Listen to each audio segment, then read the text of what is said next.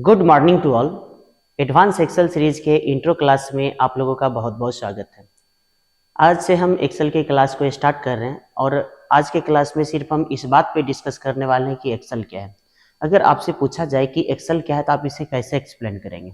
तो साधारण तौर पे आप कह सकते हैं कि एक्सेल स्प्रेडशीट प्रोग्राम है जो कि powerful tools and features provide करती है, जिस टूल्स के माध्यम से हम कम से कम प्रयास में डेटा को एनालाइज कर सकते हैं, डेटा को विजुअलाइज कर सकते हैं और डेटा को मैनिपुलेट कर सकते हैं और इस डेटा को किसी के साथ हम शेयर भी कर सकते हैं।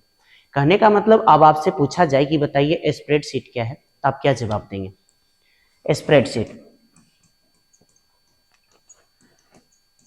अगर आपसे पूछा जाए कि डेटा एनालिसिस क्या है,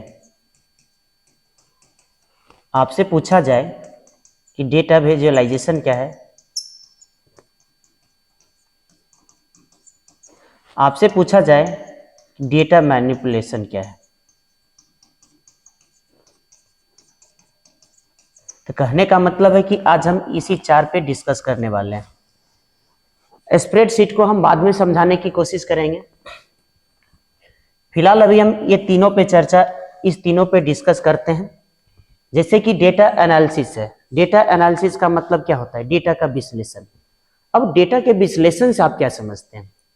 तो कहने का मतलब डेटा का विश्लेषण एक ऐसी प्रक्रिया है जिसके माध्यम से आप अपनी डेटा को, चाहे वो आपका डेटा सीट कितना ही बड़ा क्यों ना हो, चाहे वो कितना ही कम्प्लेक्स क्यों ना हो, चाहे वो मतलब व्यवस्थित ढंग से हो चाहे अव्यवस्थित ढंग से हो, इससे कोई फर्क नहीं पड़ता है। मतलब उस डेटा सीट में से आप अपने अनुसार जैसा चाहेंगे ना वैसा रिपोर्ट आप तैयार कर सकते हैं।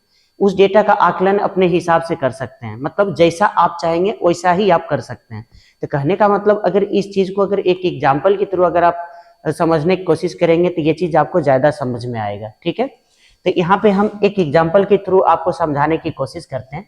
देख रहे हैं यहाँ पे कि डेटा हम पहले से यहाँ पे अरेंज कर रखे हैं, इस डेटा को पहले से हम प्रिपेयर कर रखे हैं।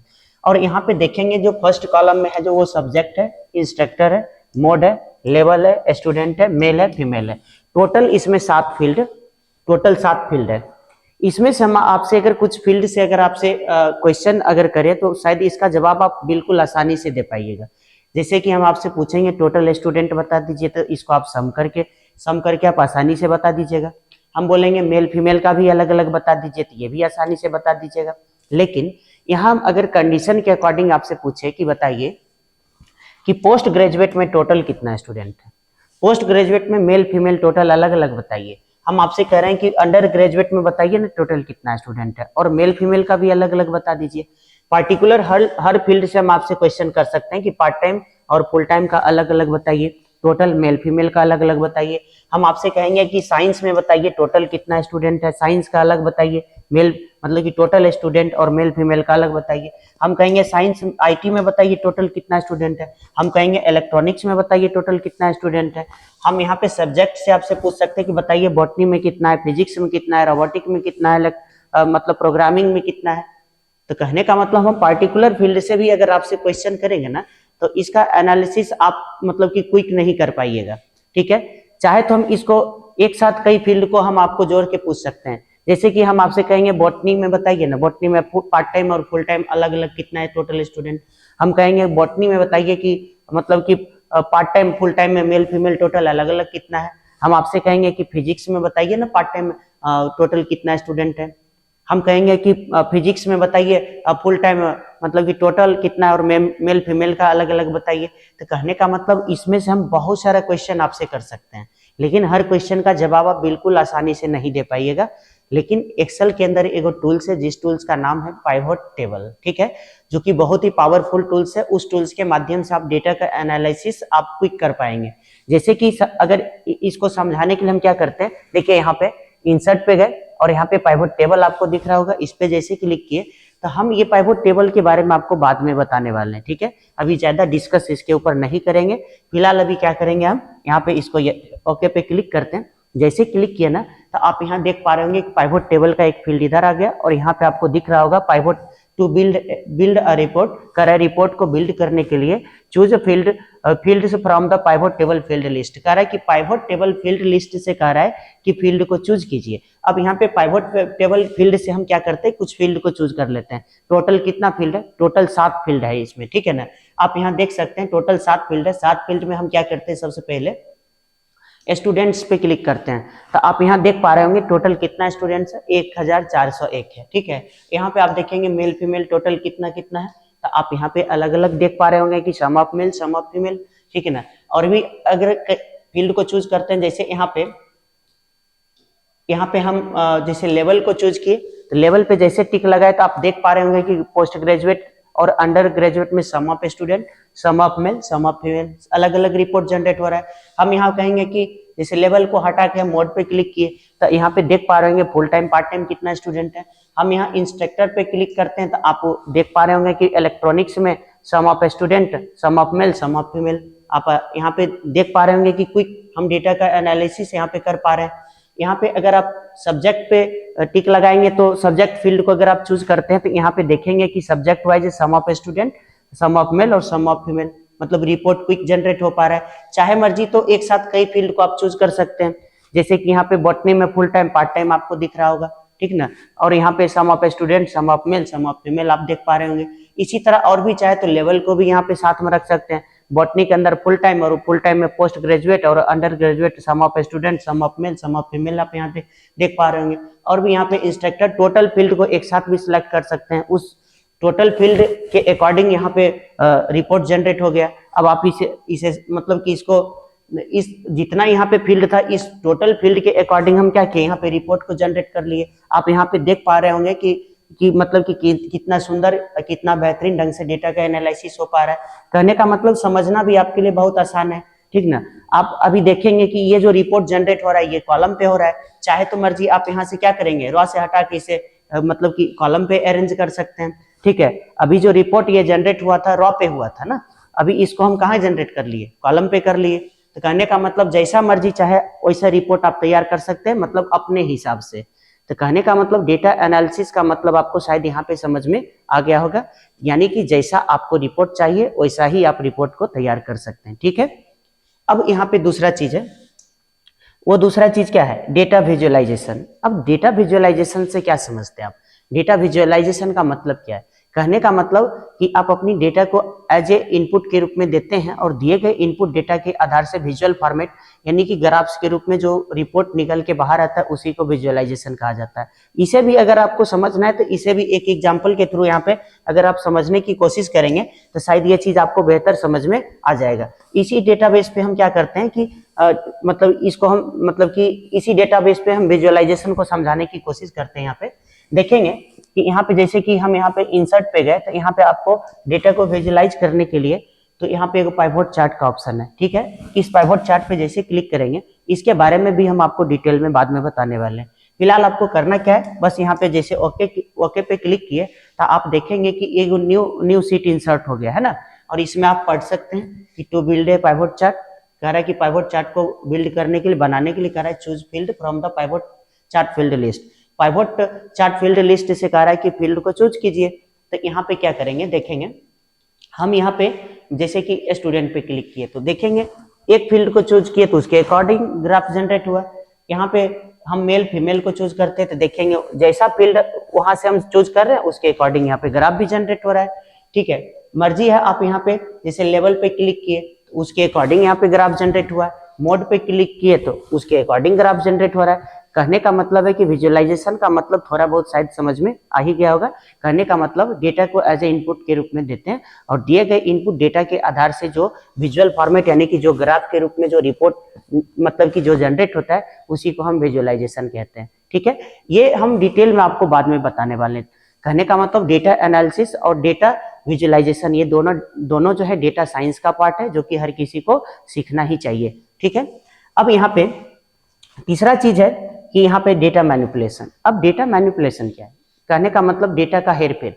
कहने का मतलब है कि डेटा का अरेंजमेंट जैसा भी हो, चाहे वो व्यवस्थित ढंग से हो चाहे अव्यवस्थित ढंग से हो, मतलब कि डेटा का रीअरेंजमेंट प्रक्रिया ही मैनिपुलेशन कहलाती है, ठीक है ना। मतलब कि इसे भी अगर एक एग्जाम्पल के थ्रू आप समझने की कोशिश करेंगे तो शायद ये भी समझ में आ जाएगा। हम कह रहे हैं कि यहाँ पे पोस्ट ग्रेजुएट और अंडर ग्रेजुएट जो अलग अलग है ना, आप पोस्ट ग्रेजुएट को एक साथ कीजिए, अंडर ग्रेजुएट को सबको एक साथ कर लीजिए। तो कहने का मतलब आप कहेंगे डेटा को सॉर्ट, मतलब कि आप क्या करेंगे, डेटा को सॉर्ट करेंगे। डेटा सॉर्ट का मतलब क्या है कि डेटा सॉर्ट का मतलब है कि अल्फाबेटिकली ए टू जेड में अरेंज कर लेना या तो जेड टू ए में अरेंज कर लेना। हम क्या करते हैं यहाँ पे पोस्ट ग्रेजुएट को सबको एक साथ कर लेते हैं, तो इसके लिए होम टैब के सॉर्ट एंड फिल्टर पे आकर के ए टू जेड में इसे सॉर्ट कर लेते हैं। हम आप यहाँ पे देख पा रहे होंगे पोस्ट ग्रेजुएट सब एक साथ है और अंडर ग्रेजुएट सब एक साथ है।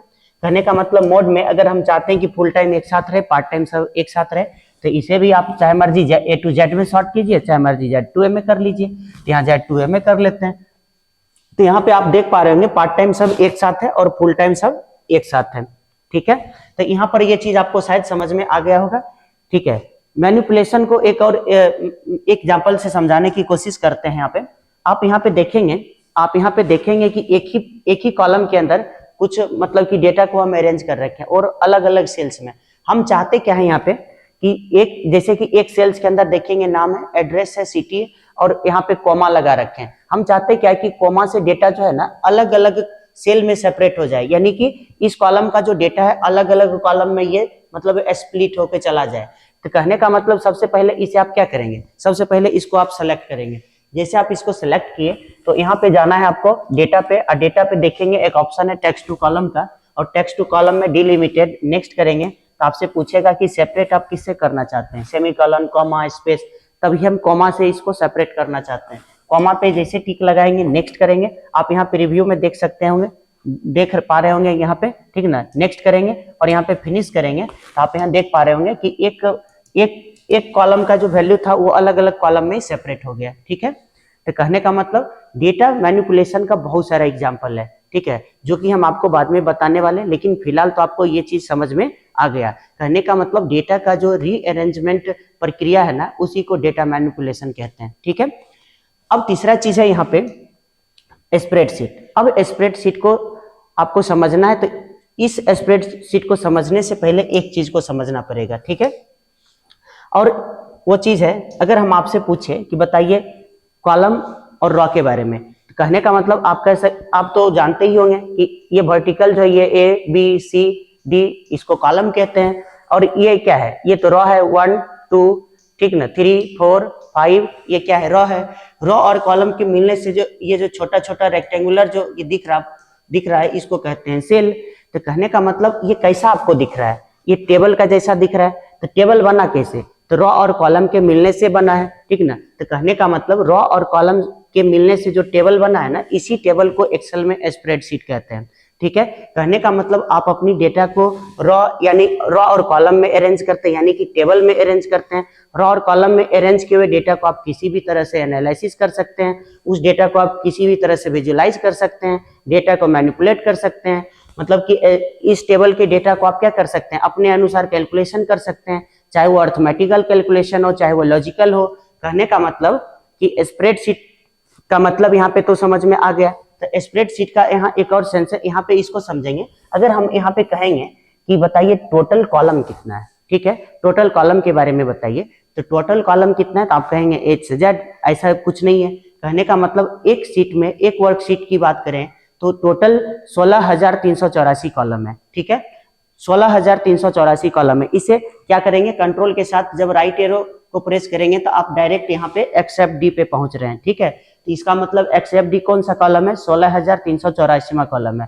कहने का मतलब ये अगर आपको समझ में नहीं आया तो इसको हम क्या करते हैं, इसको नंबर में कन्वर्ट कर देते हैं। यहाँ पे क्या करेंगे, फाइल पे जाते हैं और यहाँ पे देखेंगे मोर का ऑप्शन है, और मोर पे जाने के बाद यहाँ पे ऑप्शंस का एक ऑप्शन है, ठीक है, और यहाँ पे फार्मूला पे जाना है, और फार्मूला पे जाने के बाद यहाँ पे R1 C1 रेफरेंस स्टाइल यहाँ ओके कर दिए। अब आपको यहाँ पे शायद समझ में आ गया होगा 16,384वां ये कॉलम है। ठीक है, इसी तरह अगर रॉ की बात करें, टोटल रॉ की संख्या कितना है, तो टोटल रॉ की संख्या 10,48,576 है। इसे देखने के लिए कंट्रोल के साथ आप क्या करेंगे, डाउन एरो को प्रेस करेंगे तो आप यहाँ पे देखेंगे कि 10,48,576 पे हम पहुंच गए। तो कहने का मतलब एक वर्कशीट में यानी कि एक स्प्रेडशीट में टोटल कॉलम कितना है, तो 16,384 है। अगर रॉ की संख्या कितना है, तो 10,48,576 है। अगर पूछा जाए कि ये जो रेक्टेंगुलर जो छोटा छोटा जो सेल है सेल टोटल कितना है, तो कहने का मतलब इसको क्या करेंगे आप, यहाँ पे करना क्या है, 10,48,576 यानी कि रॉ, इसको मल्टीप्लाई 16,384 से अगर आप करेंगे कॉलम को, मतलब ये दोनों को, तो करीब 17.18 बिलियन सेल्स आएगा। ठीक है, कहने का मतलब एक स्प्रेडशीट जो है ना, एक स्प्रेडशीट जो है करीब करीब मोर देन 17 बिलियन सेल से मिलके बना है। ठीक है, यहां तक तो समझ में आ गया। उसके बाद यहाँ पे कुछ और चीज है जो कि समझ लेते हैं, जैसे कि माइक्रोसॉफ्ट जो एक्सेल जो स्प्रेडशीट प्रोग्राम है, कहने का मतलब ये दुनिया का सबसे ज्यादा बेहतरीन सॉफ्टवेयर है, यानी कि सबसे ज्यादा पॉपुलर सॉफ्टवेयर है। अगर हर किसी का अगर पहला पसंद है तो वो है माइक्रोसॉफ्ट एक्सेल। ऐसे तो मार्केट में बहुत सारा सॉफ्टवेयर अवेलेबल है, जैसे कि यहाँ पे देख पा रहे होंगे एप्पल का ये नंबर आता है स्प्रेडशीट, गूगल का सीट आता है स्प्रेडशीट, जियो न्यूमेरिक का है, ओपन ऑफिस का है, किंगसॉफ्ट, लाइवर ऑफिस, सी टेबल, कोई स्टेक बाय, बहुत सारा ऐसा स्प्रेडशीट है। ये भी अपने आप में एक बेहतरीन सॉफ्टवेयर है। लेकिन अगर पॉपुलैरिटी की बात करें, वर्ल्ड स्टैंडर्ड की बात करें, तो एक्सेल सबसे ज्यादा पॉपुलर सॉफ्टवेयर है। ठीक है, तो यहाँ तक आपको समझ में आ गया होगा। उम्मीद है, आशा है कि आज के क्लास को आप अच्छे से समझे होंगे। अगर आपको कुछ डाउट लग रहा है तो आप पूछ सकते हैं, इसका जो जवाब है हम आपको नेक्स्ट क्लास में दे देंगे। ठीक है।